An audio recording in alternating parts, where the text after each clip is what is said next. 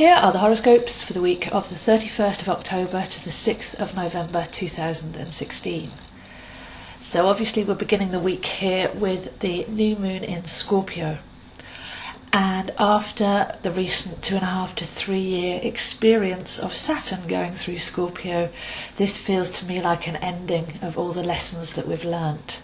We've been tried and tested on a very deep level. Very deep psychological challenges have come up thick and fast for the last 3 years and even accumulating this year. But now we have the tools, we've walked the path, and we have the tools necessary to be able to face those challenges much more lightly, not get caught up in them, not get that psychological belief and work with our story and add to our problems, but to be able to actually see things for what they really are, as messages and messengers, rather than life trials and a life sentence, as they say.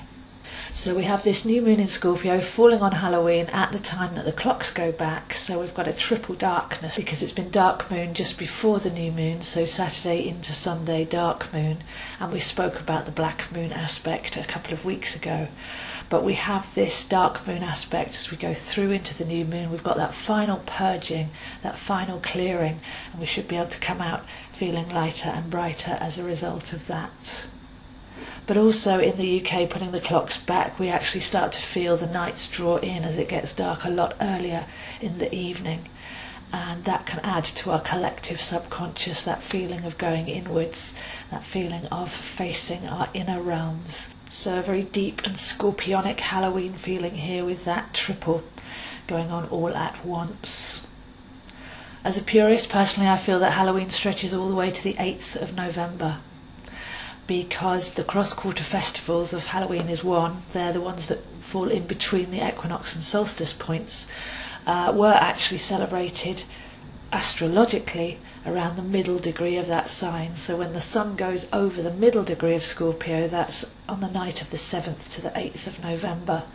So I would stretch this Halloween ritual out all the way to that point, and that then encompasses bonfire night as well.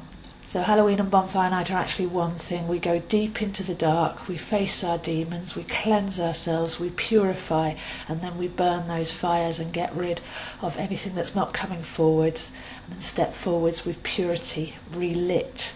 So if we see the next couple of weeks as a more elongated ritual, then we can see that we've got the time to do all of this. On Monday we have the Sun, Mercury and the Moon all lining up in Scorpio.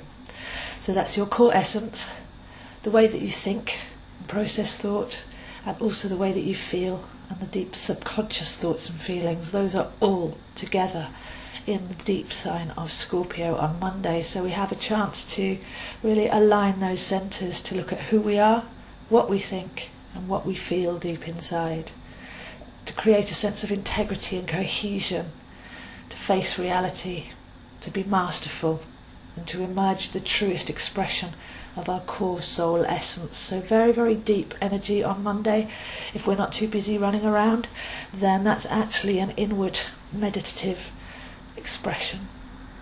Of course, the actual festival of Halloween has been pretty much hijacked now. I've seen lots of people dressing as zombies and vampires, but I guess that's just an external expression of people's fears, which is relevant in that way. But really, this is a time for honouring the ancestors, for having a look at the dark realms that we're going into, like I say, the winter realms, but the sun is crossing over the southern point of the Milky Way, which was said to be a sacred river where souls passed back up to source. So there was a great reverence for those that had passed and for those that have gone before us, and that celebrated and honoured makes Halloween a much more sacred festival than, like I say, zombies and scary clowns. It's also a celebration of life. It's not just the Mexican Day of the Dead that then has that happy celebration. It's to honour those that went before us, that have given us this life. We are the current expression of all those before us, all our ancestors. So this is a celebration of our life, and this is New Year in many traditions. So this is letting go in order that we step forward, revitalised, relit. But where are we going to take our energies? Where are we going to take that fire and apply it to the modern world, to our soul purpose, and step forward in our mastery? So for anyone celebrating Halloween on Monday night, apart from all the trick-or-treating and scary costumes and possibly fireworks, maybe take a quiet time to think of the bigger issues in life. Who am I? Where do I come from? And where do I go to?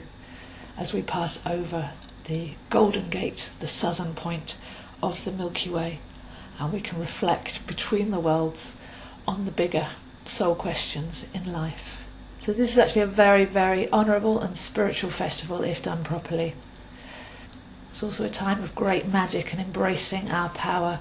So the real magic can only happen when we're cleaned on the inside. Otherwise we're sending out those frequencies on a lower level. But if we've done all that clearing, and hopefully, like I say, Saturn in Scorpio over the last 3 years has put us to school on that, then if we are clean, if we are golden, if we are expanded, then the real magic can happen, because it's what we're sending out and from where that really comes back to us and creates our reality. So a time of great magic, great power, great mastery, but we do need to do that cleansing, and we do need to keep it real, not get caught up in all the horror and fright side of things.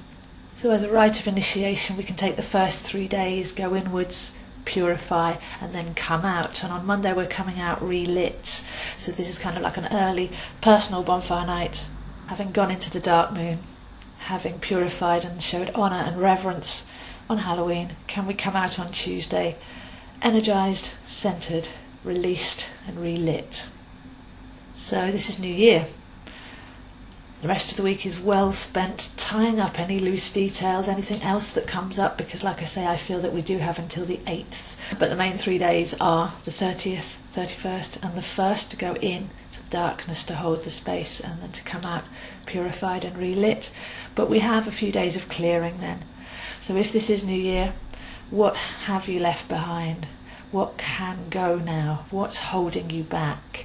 Now you've faced what's been buried alive inside, repressed anger, manipulative behaviour, fear and limitation, then we can start to focus our energy on gratitude, on celebration, on reconnecting with our core essence, and what we would like to put that energy towards in the coming cycle.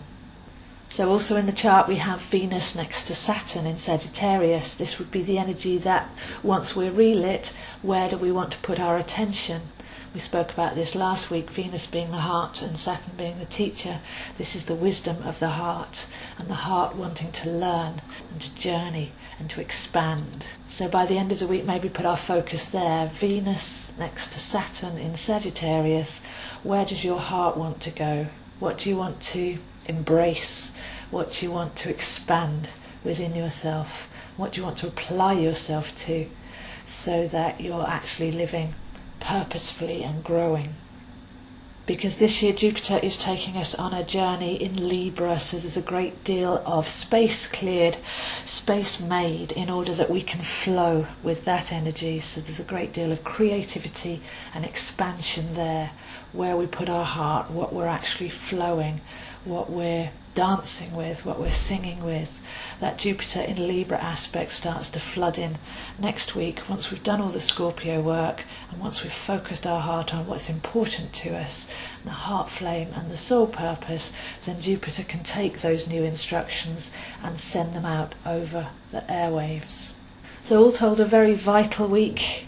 Very, very important that we stop and honour this properly, because we're not just going round and round in circles, we're actually expanding. So if you look back to this time last year, who were you? You're probably a completely different person by now, as time seems to have speeded up from our perception. So take this time to expand again and go on that journey with Jupiter in Libra to see where that will take you in your soul's flow. So those are the horoscopes for this week, and I'll see you next week. Of course, if you'd like to explore any of this further, as usual, I am available one-to-one or on Skype for readings via my online Facebook group, where you don't have to be a Facebook person as such, because you can set up a private account, but you can come and join in the weekly discussions there, or even take some of my online courses where you can learn astrology for yourself and start to work with your chart over the coming year, so that you can actually make the most of timing and prioritising and getting to know the deep, intricate fabric of the uniqueness that is you. So for any of that, please do contact me, zoehines7@gmail.com.